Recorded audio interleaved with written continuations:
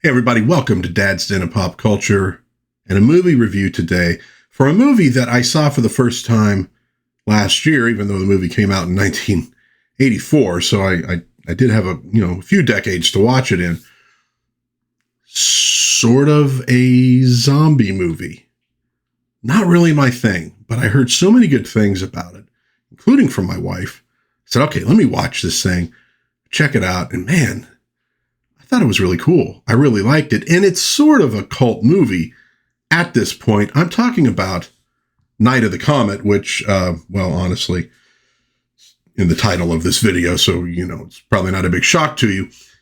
So we're going to go through this movie, as we do on this channel, with a little slideshow. We're going to talk about the characters, the plot, and my ideas on some of these things. Basically to explain why I think this is a really cool movie, and if you haven't seen it, you might want to check it out. So let's get started. Oh, and we are going to put a spoiler warning up a little bit in, but I think we could set up the beginning without any major spoilers for you. The film starts with a voiceover as you're watching this, what'll turn out to be, of course, a comet flying by the camera. It goes as follows. Since before recorded time, it had swung through the universe in an elliptical orbit so large that its very existence remained a secret of time and space. But now, in the last few years of the 20th century, the visitor was returning. The citizens of Earth would get an extra Christmas present this year as their planet orbited through the tail of the comet. Scientists predicted a light show of stellar proportions, something not seen on Earth for 65 million years. Indeed, not since the time that the dinosaurs disappeared virtually overnight. Okay, so that's a little bit ominous. And yes, if you're one of those folks, technically a Christmas movie, if you want to put it on at Christmas time. They do have a guy dressed up as Santa Claus at one point. Any rate.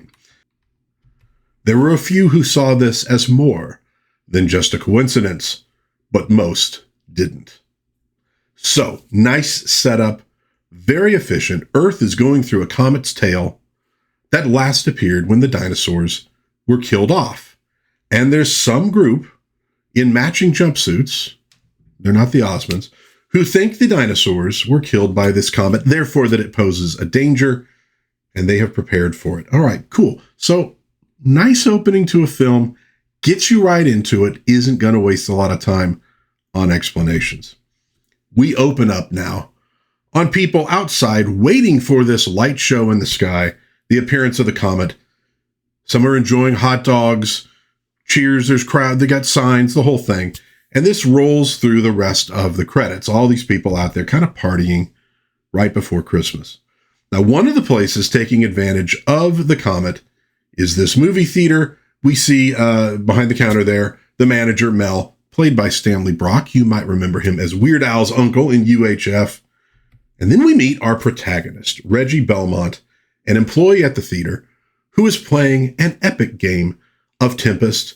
She's cute. She's playing video games. She has now won the heart of most of the guys in the audience. Reggie is played by Catherine Mary Stewart, who is also in The Last Starfighter, so her place in Nerd Crush territory is probably ensured.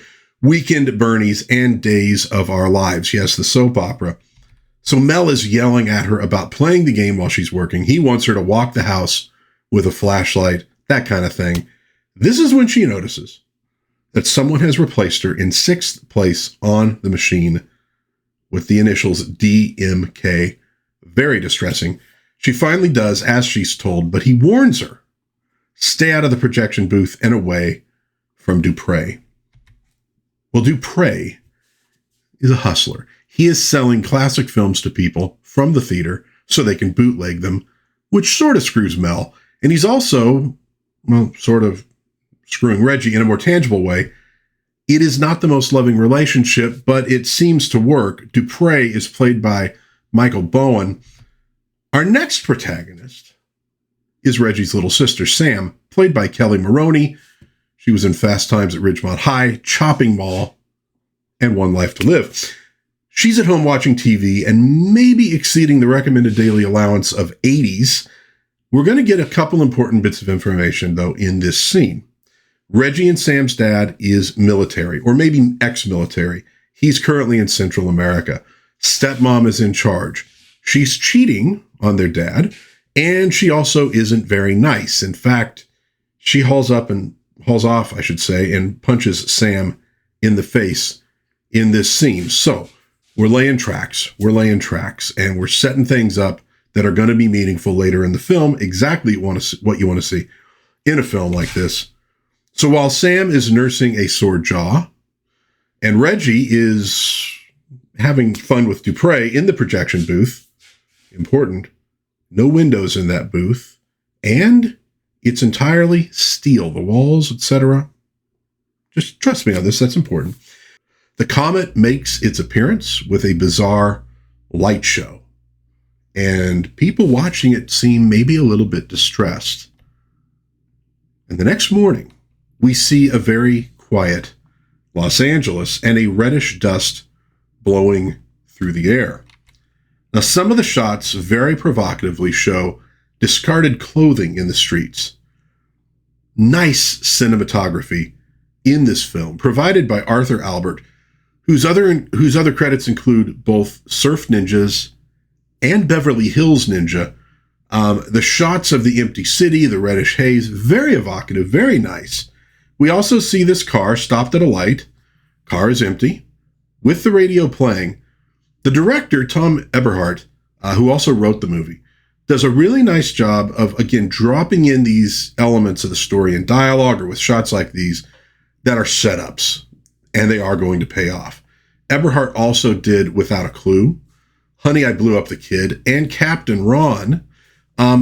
He's part of a coterie of directors from this era who maybe weren't making the biggest movies in the world, maybe weren't, getting handed Academy Awards and stuff, but they could make a really solid film. A lot of skill in these people, and that's why the 80s has a really deep bench when it comes to film.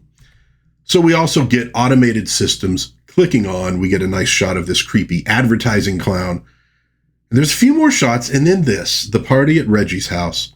And now we see not only the seemingly discarded clothes, but also the piles of dust in or around the clothes. They linger on the outfit that had been worn by the stepmom. If you know your Star Trek, you have an idea of what has happened. Back to Reggie, she's waking up. Dupre is pissed because he's been waiting all night for the guy he made this deal with on this movie to show up with the film that he loaned him. He decides he's going to drive over there himself, so while Reggie muses about who this DMK person could be, and we're now going to raise the spoilers, folks. So if you don't want this spoiled for you, if you haven't seen it, go check it out, and then come on back and we'll talk about it. But if you don't care, well, let's keep on going. Gets a rude awakening. Opening the door, he gets immediately bludgeoned by what appears to be a zombie. He hits him a couple times, drops the pipe wrench that he's carrying, and drags Dupre's body outside. All right. So not everybody was turned into dust by the comet. Why? Well, we'll find out. And this is important to the film, and it also makes me wonder, were there zombie dinosaurs 65 million years ago after that comet passed the last time? That could be a movie all in itself. Well, as the door closes, we also see this poster. I like that. For Red Dust. It's a 1932 film. Clark Gable, Jean Harlow, Mary Astor. It's a nice little touch. I enjoyed that. Well, while all of this is happening, Reggie is back playing Tempest. And a slight error here. She replaces DMK in 6th place. But of course, what this would actually do is just knock DMK down one spot, and she'd have to keep on playing to get his name completely off the board, which she probably could do. But, just as an 80s guy, I got to point that out, that's not exactly realistic. The rest of the film, of course, very scientifically accurate. It's just that one little thing. Well, at any rate, she's grabbing some snacks, waiting for Dupre to come back, has no idea what's going on outside. But she finally does go outside, props open the door with a ashtray, one of those metal canister ashtrays, so she can get back in. We get a nice wide shot of the empty street, very evocative. Also, Reggie is eating a fistful of red vines. Could she be any more attractive at this point? So she sees the empty clothes and the dust, the red haze in the sky. No idea what's going on.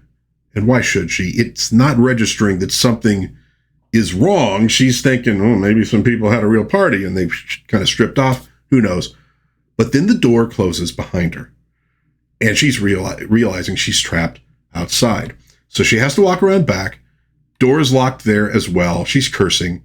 And then she sees Dupre's keys on the ground, and the pipe wrench, and the blood. She walks over to the bike down the alley and hears some movement. We get some nice shaky cam here to put us off balance. Just as she turns around, the zombie busts out.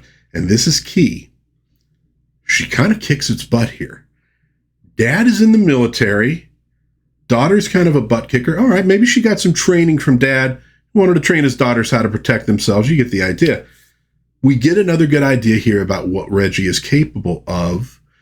And I also like that it's not exactly, I wouldn't necessarily call it an inversion of the zombie movie trope, but it's a nice twist. Reggie is definitely not going to be exactly a damsel in distress in this one. She's pretty damn cool. So she gets on the bike, Dupre's bike, and heads home through the empty streets of Los Angeles. Now, okay, it's early, but the empty streets would still have to be a little bit weird to somebody who lives there. Also, by the way, smart having the Comet thing occur overnight. So the streets would have been largely empty anyways, given the fact that it's also right around Christmas. I think maybe it's supposed to be like Christmas Eve, because otherwise you would have to think that there'd be lots of cars crashed on the side of the road, and we needed things very empty. So smart move to make it overnight. And this is really important, though. She comes up to the car that we saw earlier, and she stops at the red light. There's no traffic. There's no nothing. But she stops at the red light. She looks into the empty car, hears the radio playing, and moves on, but now with a much more worried look on her face. Like she's definitely gathering there's something really weird has happened here. She gets home, and we see some shots of the place, empty rooms, empty halls, static on the TV, pictures of her and her sister. Again, I like the way these scenes are shot. She calls for her sister, her stepmom, silence. Up the stairs, slowly, cautiously. There's a little noise, and she goes, Samantha. And Sam appears in the door with a, what? Which causes Reggie to jump back and scream. So we've already had the jump scare with the zombie guy. And now the filmmaker can play with the jump scares and have some that are maybe more innocent. Good, keeps people a little bit off balance. Sam starts talking about a mile a minute, clearly unaware that anything odd is happening. And Reggie sort of just stares at her, like waiting for a chance to jump in, and also kind of like, what are you talking about? What, do you know what's going on? We find out that Sam ran away last night. But really, she just slept in the lawn storage shed. So again, a somewhat sealed area, just like Reggie with the projection booth. And Sam says she's going to go to pep squad practice, or maybe because she can't get anyone on the phone, maybe she won't. Because Sammy, you can't get anyone on the phone because everybody is gone. Now, naturally, Sam doesn't believe her, so she drags her out to sea. On the way, she finds the dog leash in a pile of dust, so it didn't just affect human beings. There's comedy, dark comedy, of course, in this film. But I think they do a nice job of getting the tone right. They don't overdo the comedy. So it doesn't feel inappropriate when it does show up. It's sort of wry. It's sort of just subtle. But I think it works. So the movie does have a lighter tone. A lot of folks who like zombie movies may not like that. Not that other zombie movies haven't had humor in them, but maybe a little bit too subtle, but also maybe the tone might be a little too light in this film for folks who are really more into like an intense horror experience. I on the other hand, am kind of a lightweight, so this worked really rather good for me. So it takes a little bit, though, for all this to sink in for Sam. She's scared, but it's hard to believe people are really gone. Reggie tells her that nobody is left. And then we hear the DJ's voice on the radio. Again, another really great shot. So now we have a place to go. We've got these two characters together. We've shown everybody what's going on. We've had the moment with the zombie, right? Setting up the stakes. What next? Well, now we got a place to go, the radio station. Well, they head off. They arrive at the radio station, walk in, seems empty. There's more chatter. And as they head towards the booth, we see that they are not alone. The booth is empty. Turns out the DJ is pre-recorded. And just as Sam says, "Beam me up, Scotty," because everything's so weird, who appears but Robert Beltran, yes, Chakotay from Star Trek Voyager, here playing Hector Gomez. Now at gunpoint, he forces them into the light. They think he's after something sinister, but of course, he's really trying to make sure they're not zombies. So our little group has expanded, and we have another chance for a data dump here. Hector is a truck driver. He pulled into town this morning with a girl from San Diego, saw a zombie at a truck stop that was, as he put it, eating a semi-dead cat. The girl ran, and he found her 20 minutes later. Some zombies had gotten to her. At this, Reggie realizes what must have happened to Dupree, and we get some genuine emotion here. She's been pretty tough until now. I think the show of emotion keeps things grounded. Again, we got an outlandish circumstance happening. A comet turns people to dust, creates zombies. When you do something like that in a film, you need to focus on the characters to keep it real for people.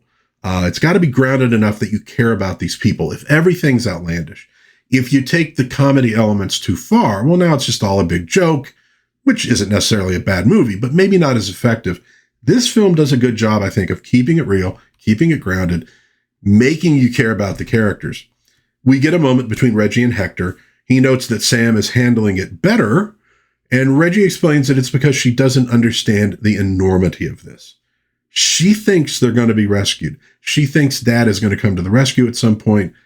She doesn't really understand how alone they really are and how dangerous things really are. We also find out that Hector spent the night in the back of his truck with that girl. Again, steel box, pretty much sealed up. Reggie realizes that steel must be the key to their surviving. The projection booth, the garden shed, the truck trailer. Okay. Well, while they're talking, Sam starts playing around in the DJ booth, overriding the tapes and speaking into the mic, essentially out to the greater Los Angeles area. And Reggie takes a look at Hector's pistol and informs him that they're going to need more stopping power to take down these zombies. Again, insight into her character and clearly related to her father being a Green Beret. Well, things heat up a bit when Sam gets a call from a group of survivors, the folks that we initially saw closing themselves away in that sort of bunker before the comet had arrived.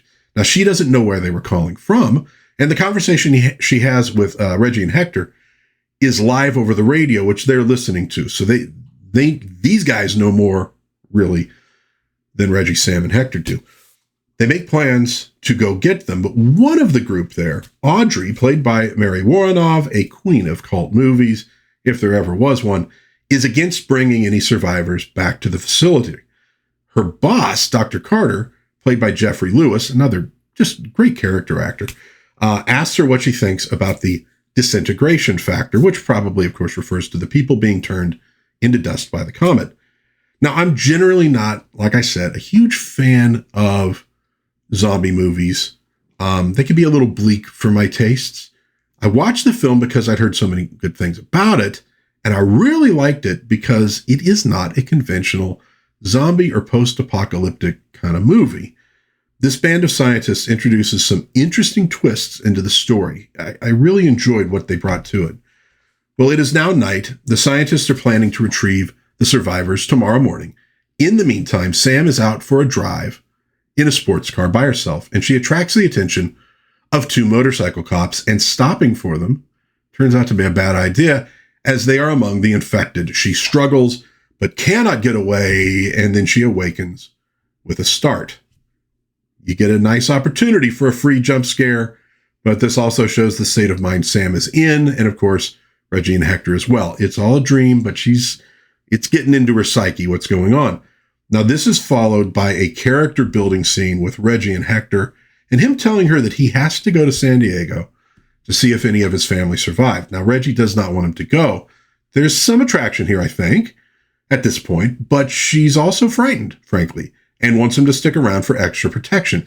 Good emotional scene here, not overdone, hits the right chord. And also, you know, as badass as Reggie can be, I mean, she's still human. Like, she's not like going to be that character that just cannot be stopped or something like that. She's a human being. She's got some skills, but she knows him leaving, she might never see him again, and it might put her and Sam in more danger. He promises, though, that he will be back.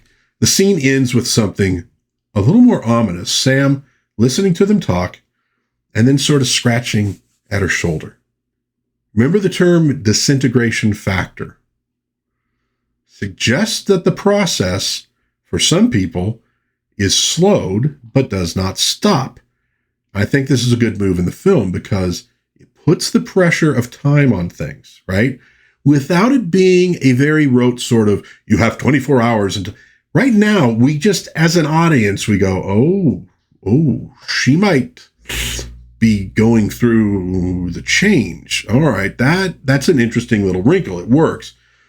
Now, the next morning, we find our cheerleader, Sam, getting in some submachine gun practice, as one does. She blasts away at a car until the gun jams. Sam says Dad would have gotten them Uzis. Now, apparently, this was an improv line. Small budget for this film. And I'm telling you right now, you watch this thing, it's a really good looking film. You're going to be impressed by what they did on a small budget. But because of the small budget, they couldn't be taking a lot of takes. They had to get things right. And the director said, if something happens that you're not ready for, whatever, just roll with it as your character. Just keep in character and go with it so that we can still use the take and maybe add a little something extra. That's what they did there. The gun had jammed, and so she made that little comment. But this does lead to an argument between the sisters over the last guy on Earth, i.e. Hector. But it ends with some laughter. Good character moment. Shows the ties between these two. But it's a very authentic feeling kind of moment between the two of them. Well, Hector, meanwhile, makes it to San Diego, his mother's house. Christmas music is playing on a turntable, but there's no sign of life at first. It's moody. You got the red light shining through the windows. The Christmas tree, the Christmas decorations are up. Christmas tree is up. Hector grabs a few keepsakes, and then he hears the growl. And it turns out to be a little zombie boy. A fight ensues. It's an unpleasant experience for Hector. He cannot bring himself to shoot the zombie, even though it's very feral. It doesn't talk or anything. It's very feral. One of the themes of the picture, I think, is struggling to retain one's humanity in these horrible circumstances. And we see Hector having that struggle here. He does manage to get away, though, hightails it back for Los Angeles. Back in the bunker, Audrey struggles to remember a password on the computer, jots down on a pad of paper, acceleration, loss of memory, which she initially misspells memory, has to spell it over again. This is meaningful. Dr. Carter walks into the room, announces they found survivors. How long will the blood tests take? All right. Are these guys out to help people? Maybe. Also announces they've decided to do the blood tests in the field. It's going to be more efficient. So he's sending her to LA with the others. She's not enthused about this. They step outside. She sees that the survivors they've brought back are a little boy and a little girl, and she looks upset about this. She kind of mouths the F word. It does not seem as though she's upset at the prospect of helping other survivors, though. So where does Audrey stand in here? It's an interesting little element of the movie. An argument ensues between her and Carter. You cannot hear what they're saying, though, over the sound of the helicopter. Reggie and Sam, meanwhile, are sitting on a cop car, wasting time, waiting for Hector to return. Sam has been chugging sodas, and she's getting a rash. In other words, the clock may be ticking. They talk about Hector again. Does Reggie like him? Yeah, he's okay, etc. The realization of the loss they've experienced is starting to really sink in. But of course, you're in that situation. What can you do about it but just keep going? Well, they decide a little shopping trip might be a way to raise their spirits. Cue, girls just want to have fun, but not Cyndi Lauper. We get a montage, pretty much what you would expect. The girls trying on outfits, all that kind of stuff, playing with makeup, etc. But while they're doing it, we see a security camera pivot and the light come on. Somebody, somewhere, is watching them. The somebodies turn out to be a quartet of zombies, former store employees, and they're pretty horrific. Not physically, but mentally. Very, very screwed up. We end up with this extended fight scene here. Reggie and Sam, well, actually just Reggie with a machine gun. Sam couldn't get to hers quickly enough. She'd set it down. Against the zombies, they got shotguns, knives, etc. It's done pretty darn well. Nice discipline from Reggie. Good creativity in the fight. And while this is going on, we see the scientists arrive in Los Angeles in their helicopter, landing near the cop car that Reggie and Sam were sitting on earlier. Well, ultimately, Sam gets caught by the zombies, and Reggie catches one of them. So it looks like we're going to have a standoff until the head zombie just ices his own guy. You're crazy. He says, I'm not crazy. I just don't give an F. I know, I probably could just say the word, but maybe there's some kids watching. While the scientists use a little deductive reasoning to figure out where the survivors might be, well, it's a couple of teenage girls and we're in a shopping area. Okay, you get the idea. The zombies have our girls chained up in the bowels of the store, and they have very ill intent. The leader of them, you wouldn't believe what we want from you in your worst nightmare. You wouldn't believe. Russian roulette ensues, and at the moment before something terrible happens to Sam, I put a double spoiler up, but the scientists and their troops arrive, and the zombies go bye-bye. But it's a really good scene overall. The scientists discuss these two survivors. They realize that Sam is already showing signs of the condition, and Audrey says there's no point in bringing her back to the bunker. She offers to stay behind with Sam to wait for Hector. Another scientist offers to stay behind as well. Audrey doesn't look real thrilled with that. And then we see Reggie leaving in the helicopter to go back to the bunker. This leads to a couple really good scenes, well acted. Audrey gives Sam an injection, tells her this will stop that condition, the rash thing. Now, Sam's going, oh no, when I get like nervous and stressed, I get these rashes. It's nothing. Audrey's like, yeah, okay. She says, we'll give you this injection. It'll stop the condition from getting you.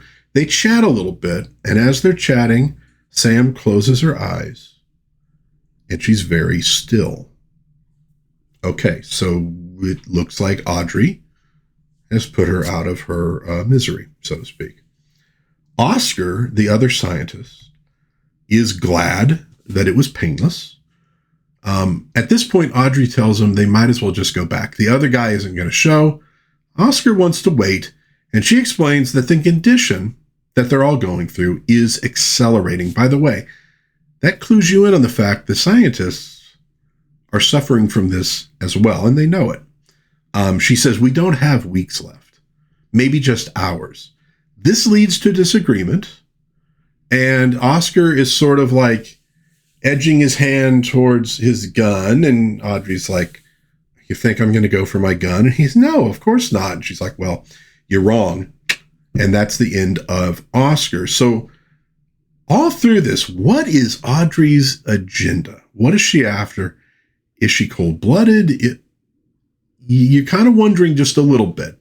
Woronov, really good in the role. Really good. A definite bright spot in the film. Well, I mean, there's a lot of bright spots in the film, but she's really good in it.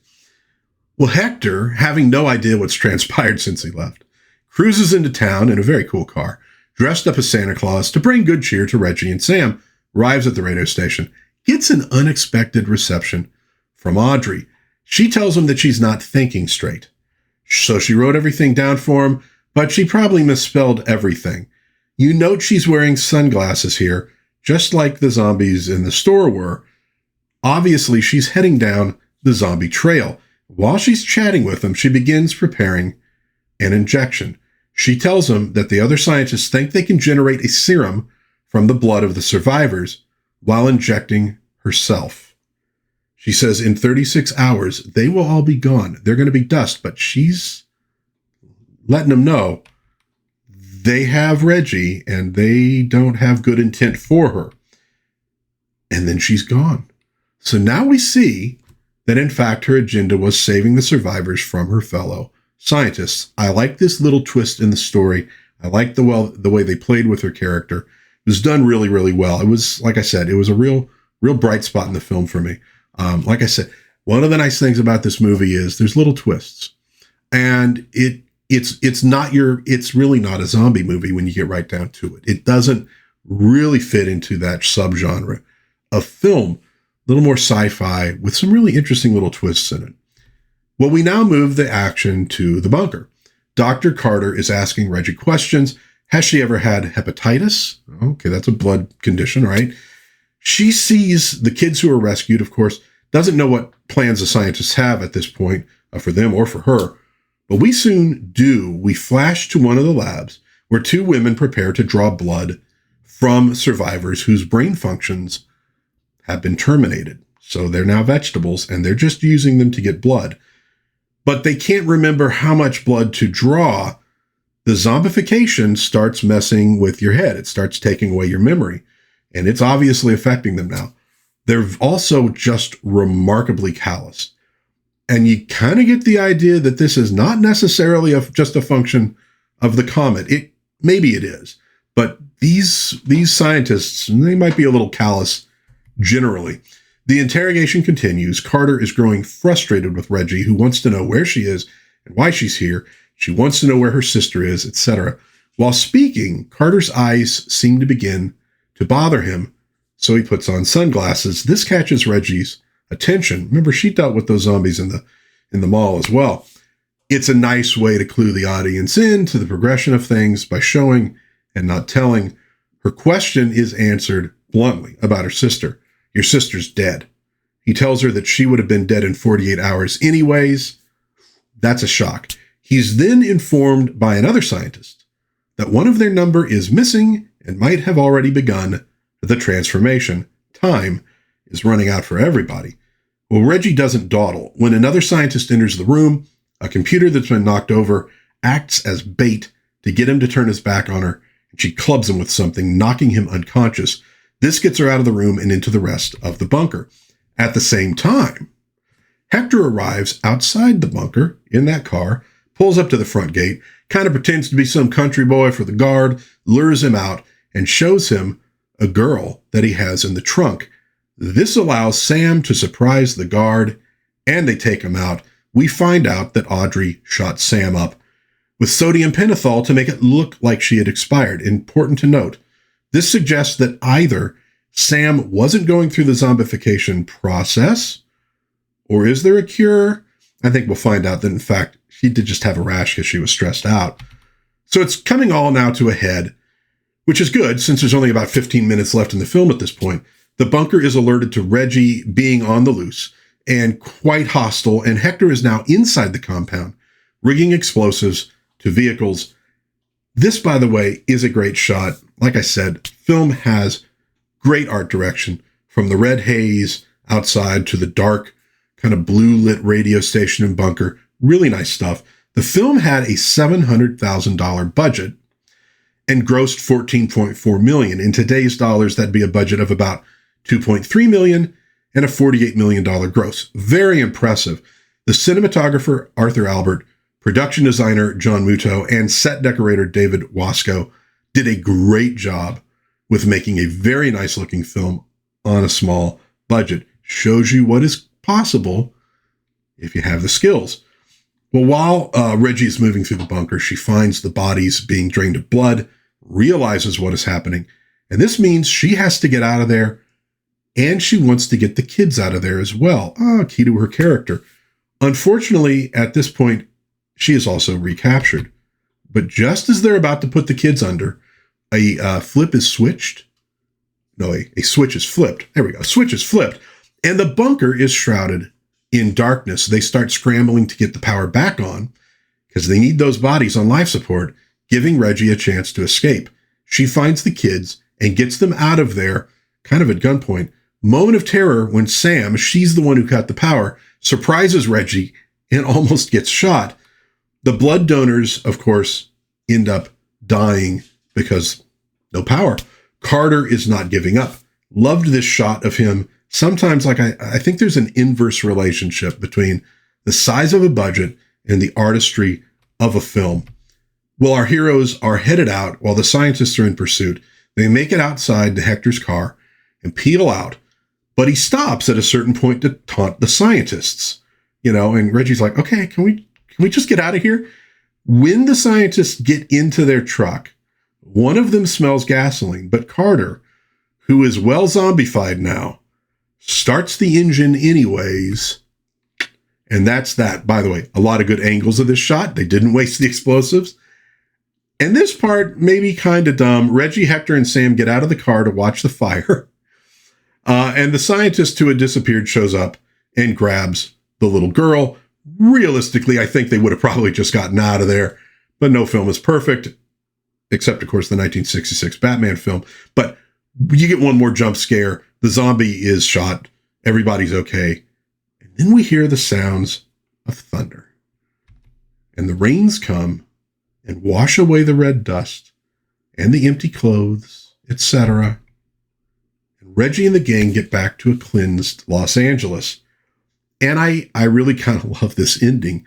I could see where a lot of people honestly might not. I really liked it. Because, like I said, zombie movies usually pretty bleak, pretty nihilistic. And naturally, this film does have an element of that, given what has occurred. I mean, they're some of the last people on Earth, right? But what we get is Reggie and Hector, along with the kids, kind of forming a little family. Reggie is snapping shots of the kids. Oh, you're so cute. And, they're going to live the best lives that they possibly can. Of course, Sam is still a little bit bummed about the lonely life ahead of her. Well, when the little family shows up across the street, she's like, God, they look like the Brady Bunch.